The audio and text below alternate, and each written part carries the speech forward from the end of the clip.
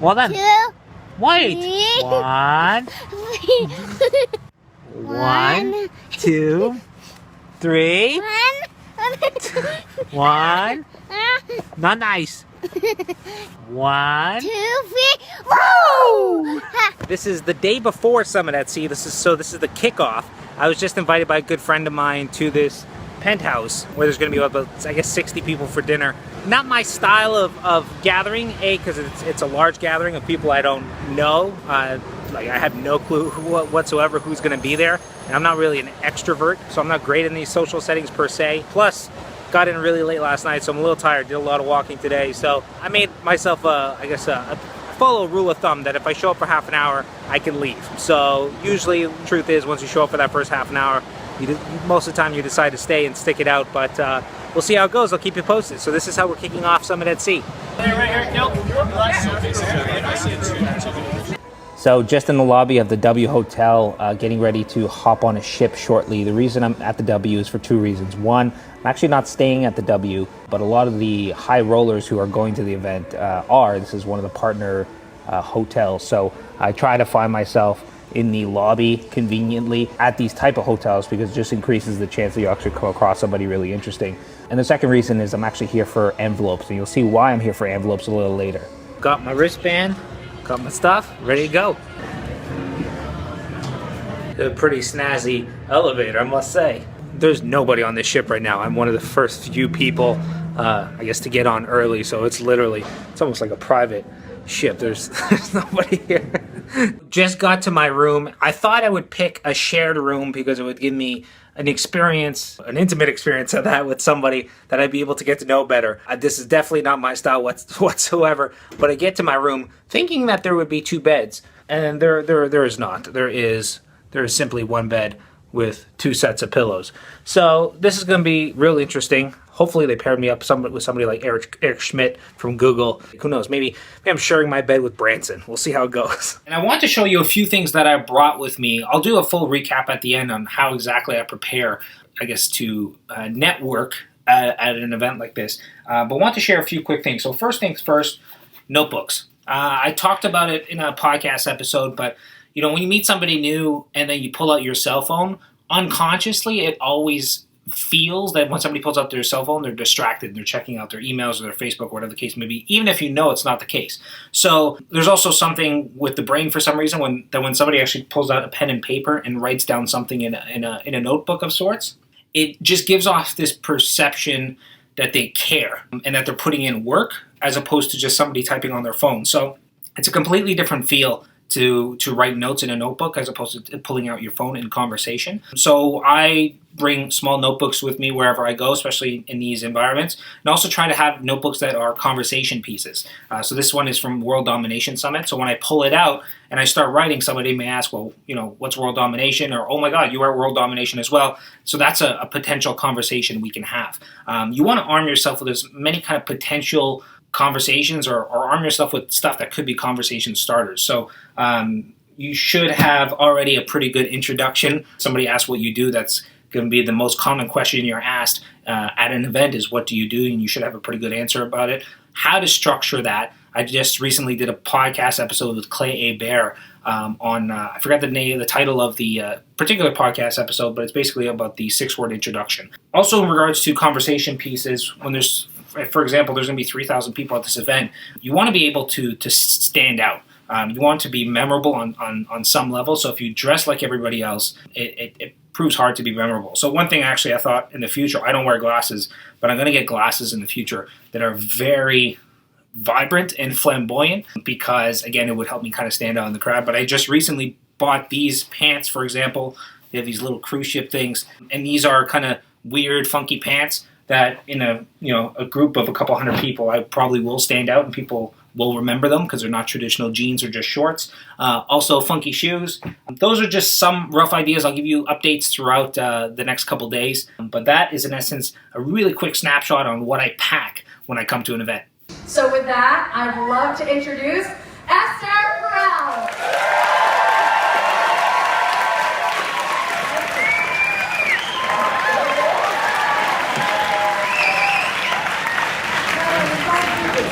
So I'm sitting here early morning on our last day. Today's going to be an exciting day because they're actually dropping us off on an island, and there's a bunch of stuff going on the island itself. But it's been a really great experience. I'm sitting here in the National Geographic Lounge. The CEO of National Geographic's is actually on the boat. I don't know if he's doing a talk or has done a talk, but he has been available for meetings and stuff like that for a really cool component they call office hours. It's been pretty impressive. It's really impressive what they built. It's truly one of a kind. I mean, last night I was at a talk given by my good friend Esther Perel, who yesterday morning did a workshop which was incredibly well received, and because of that there was over 1,000 people in this auditorium, and it was overpacked, and some people just didn't want to leave. I actually was sitting down. I was one of the first people in the room because I wanted to say hi to Esther for her talk. I wasn't planning to stay for the entire thing, but the CEO of Uber actually sat down on the floor next to me, and they kicked him out because there wasn't enough space. And Eric Schmidt, the former CEO of Google, was in the room. So just an incredible group of people. So very few people can pull big names together like Summit, that's for sure.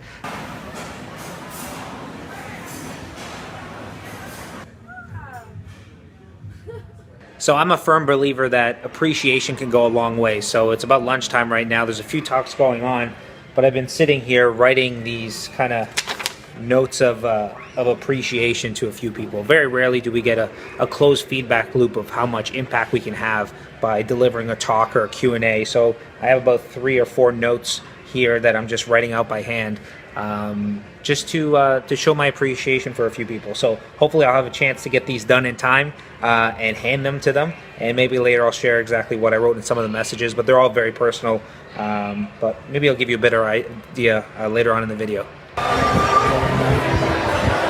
So I've obviously told you about these notes. I thought I would open one up really quickly and read it out to you just to give you an idea of the tone for these particular notes. Now obviously it can be used as a template to some degree. However, you wouldn't want to use word for word because every single note is different based on my relationship with them, based on certain kind of talking points. But I thought if I read this out to you, you'll get an idea of where maybe some things you can utilize in your own note, and maybe get your idea generation muscle kind of working. So this one is titled to a guy named Eric. So I said, "Hey Eric," and he was one of the speakers of the event. I said, just in case we don't have an opportunity to cross paths at the event, I thought I would write you this quick note to let you know that I'm a huge fan of who you are and what you've built. We've crossed paths briefly, etc., which is context on how I know him or how I heard of his work. And then I said, I sat in on your talk, the name of the talk, and it was fantastic. I'm a firm believer that caring is the ultimate competitive advantage, and it's clear on how much you care about design, your products, your customers, and more importantly, your people. I can only imagine the sacrifices you've made to get to where you are, so I want to write you this quick note to congratulate you on your continued success. And then I wrote Jayson Gaignard at the bottom, and your biggest fan. So that's the note. It's about a full page and handwritten, and basically we're on a cruise, so I have these Norwegian cruise line envelopes that I got from the front desk, and if I can see the speakers, I'm going to give them to them by hand. If not, I'm going to leave them at the front desk, and they can actually hand deliver them to the speaker's room. So yeah, it's a different kind of touch point, especially in an environment like this where people are talking. There's a lot of people talking. There's a lot of noise, a lot of music.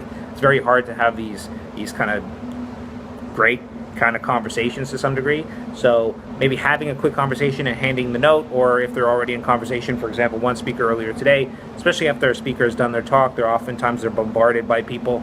So when they're walking away and they're talking to people, I'll just go up and say, hey, really appreciate your talk. I just want to hand you this quick note. Maybe I'll hear from them, maybe I won't, it doesn't matter. The whole point of it is just to kind of close that feedback loop, as one of the fears as a speaker is that you speak from the stage and you don't know how it's going to resonate and people are going to get value from it and that kind of stuff. So I really try to do these notes to reconfirm the wisdom that they shared didn't fall on deaf ears, and that it was well received, and that I appreciate them. And these things go a really long way. So that's the structure of my notes that I've been giving out a few times throughout this event.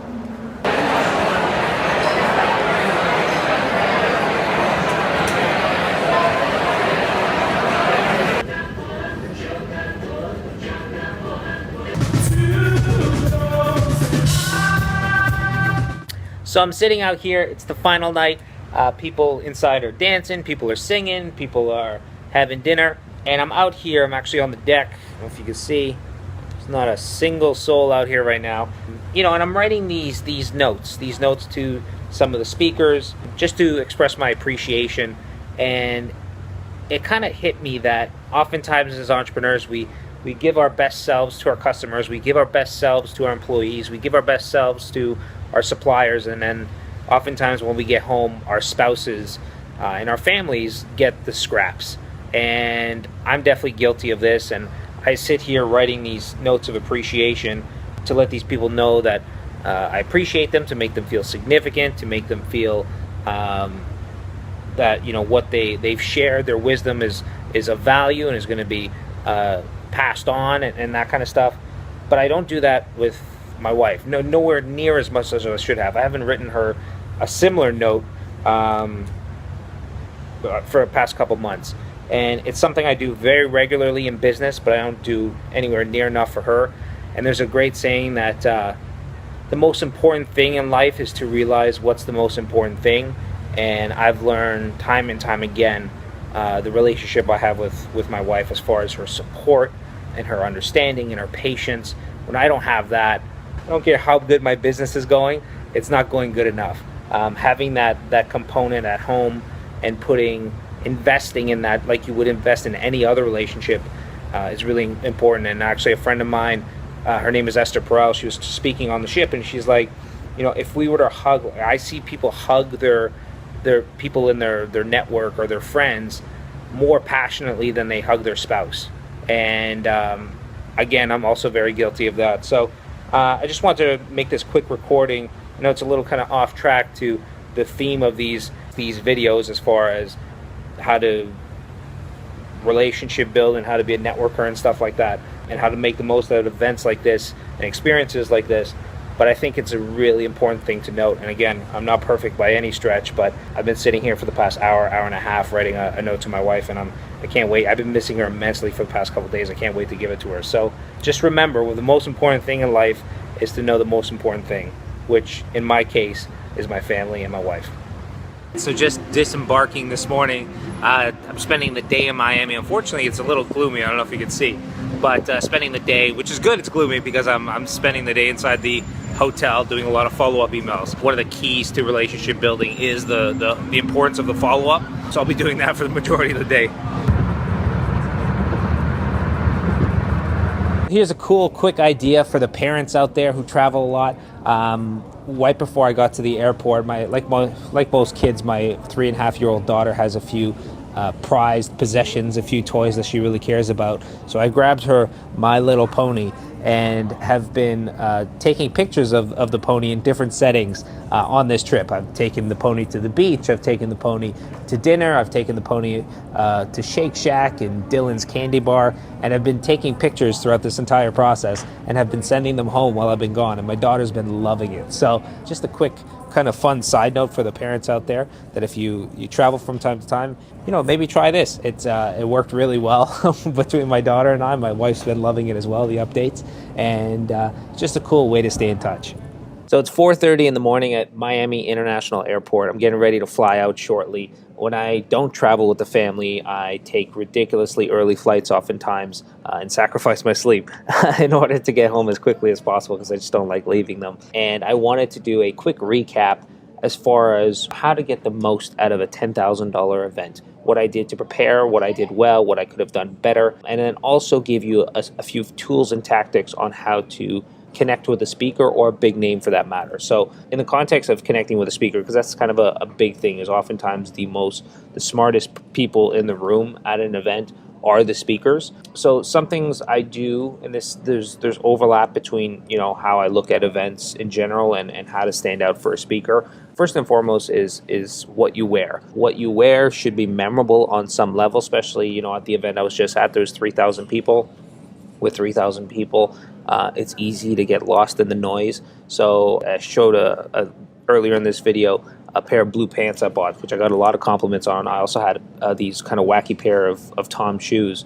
You know, one or two of those, as far as an outfit is concerned, will really help you stand out from the crowd visually and will make you memorable on some level. Reach out in advance. So if you want to connect with a speaker, reach out in advance on social media saying, you're really excited to hear them speak or whatever the case may be. It's one of those things you want to be able to. Most people try to connect with a speaker after their talk, which is is by far the worst time to connect with a speaker. Reason being is because they're bombarded by people who want to chat. Before their talk, very rarely do people go up to them. And it's one of those opportunities where you're always trying to assess where's the least amount of noise and how you can really kind of stand out. So reaching out in advance, either in social media or before they get on stage or whatever the case may be, can be a great point to actually have a conversation with them when they're not rushed and when they're not bombarded by a bunch of other people. Third thing is sit in the front row. That's one thing people try to avoid like the plague. Oftentimes at events, nobody wants to be in the front row. It kind of goes back to, when we're in school and stuff like that. And it's one of those things, like if you can be visible to the speaker and be 100% present during the talk. So that's the one thing too, is you don't want to sit in the front row and use your cell phone or something like that, but be their number one fan, which I talk a lot about in the context of relationship building. Be engaged, be that person who gives them eye contact, be present. They will never forget that. And oftentimes they will switch from speaking to an audience to really almost speaking to you. And again, that will make you very, very vulnerable. Very, very memorable. Vulnerable as well, but very memorable. Prepare 2 or 3 really good questions. So if there's a Q&A portion, I'm a firm believer that the quality of your questions will determine the quality of your answers or the quality of your conversations in essence. It's one of those things in Q&As, a speaker, one of the crappy parts of being a speaker and being in a position of Q&A is crappy questions. So if you have a really well thought out question and plan 2 or 3 of these out in advance, it will really set you apart from the rest. The people in the audience will remember who you are because you asked a really great question, and the speaker, him or herself, will remember you as well because not too many people ask great questions in Q&A settings. Rehearse conversation. So when you connect with somebody, some people feel like this could be cheesy on some level, and I feel like rehearsing conversations or potential conversations is a good thing to do because when you talk to somebody new, nothing's kind of more awkward for both of you than when there's a dead spot in the conversation where you're like, hey, how's it going? They're like, oh, great, where are you from? What do you do? And then there's dead spot. So if it's somebody who I really want to connect with, I will try to rehearse 2 or 3 different conversations, have 4 or 5 questions that I could ask them so that if conversation hits that dead spot, I can keep it going to some degree. And also, think of different conversation options. So if, conversation, you go down this way and then the person asks a question, you can kind of rehearse those answers in advance.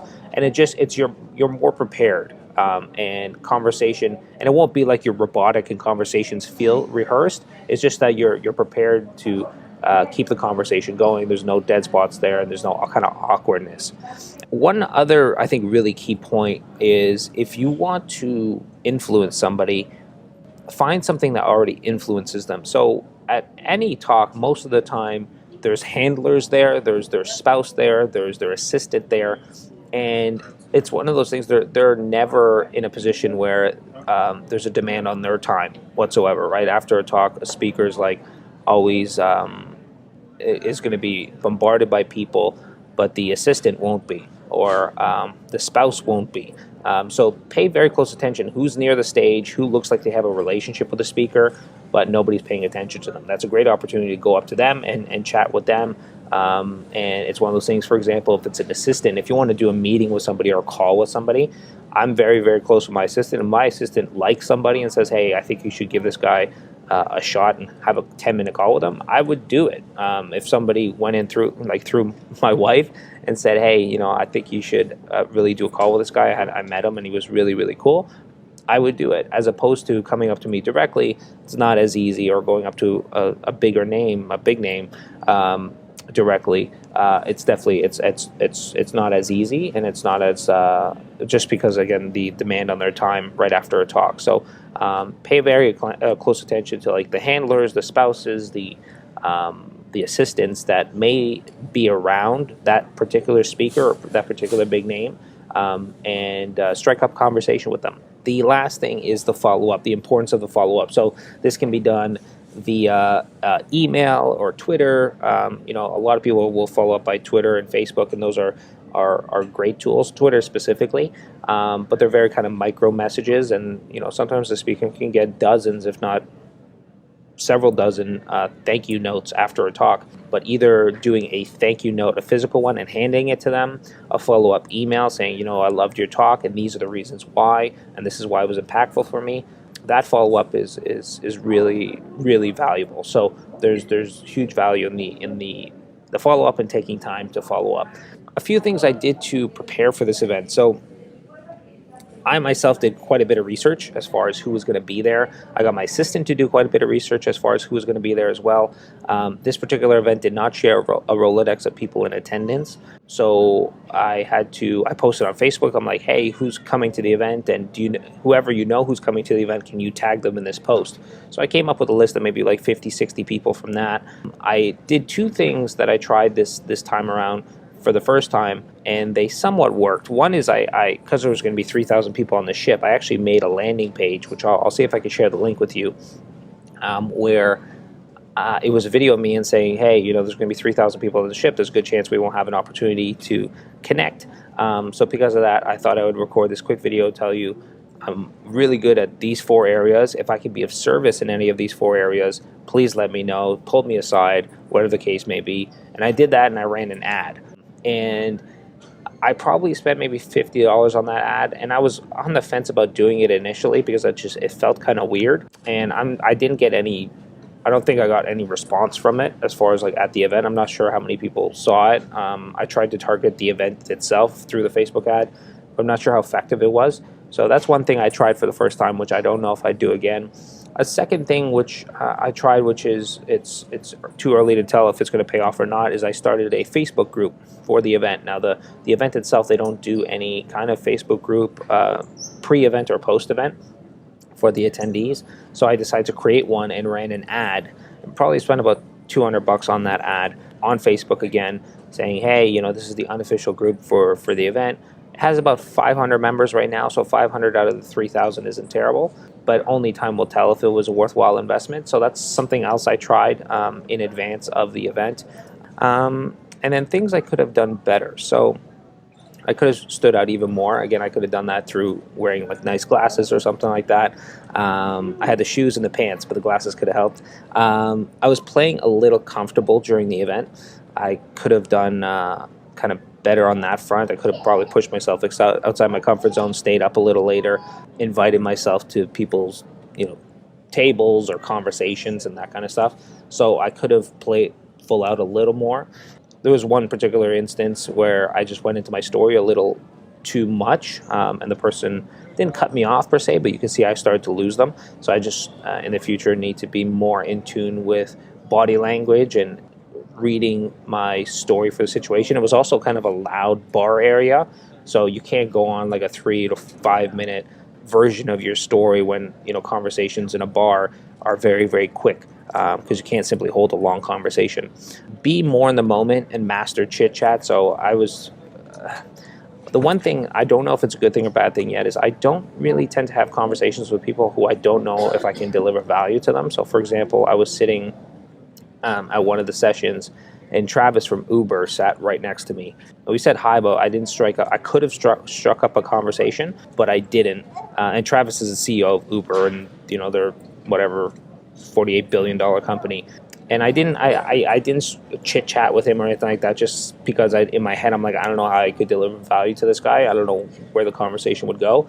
So that's one thing I need to possibly work on in the future is mastering the art of small talk, because currently I don't really have conversations with people who I know about them, but I don't know how I can deliver value to them, if that makes any sense.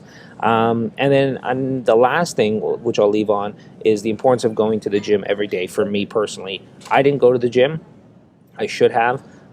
You know, when you go to the gym, you feel good and you get those endorphins running. And I remember listening to George St. Pierre, who's a former UFC champion.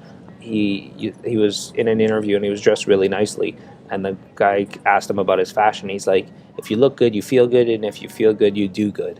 And that has always kind of stuck with me for some reason. So the importance of dressing nice, not by other people's standards, but you know, for your own standards, and because it'll make you feel good, and possibly buying new clothes before an event. And the importance of feeling good, so eating clean, going to the gym, all that kind of stuff. Those are things I wasn't too conscious of during the event itself, and I think I would have had a better outcome as far as playing full out and confidence and stuff like that if I went to the gym first in the early mornings, if I ate clean throughout the entire experience, all that kind of stuff. So that's pretty much it. So that's my whole recap on the event. Hope you got great value from this video. I will be doing another vlog soon. I don't know when, don't know what it's going to be about, but stand by for that. All right, have a great week. Bye.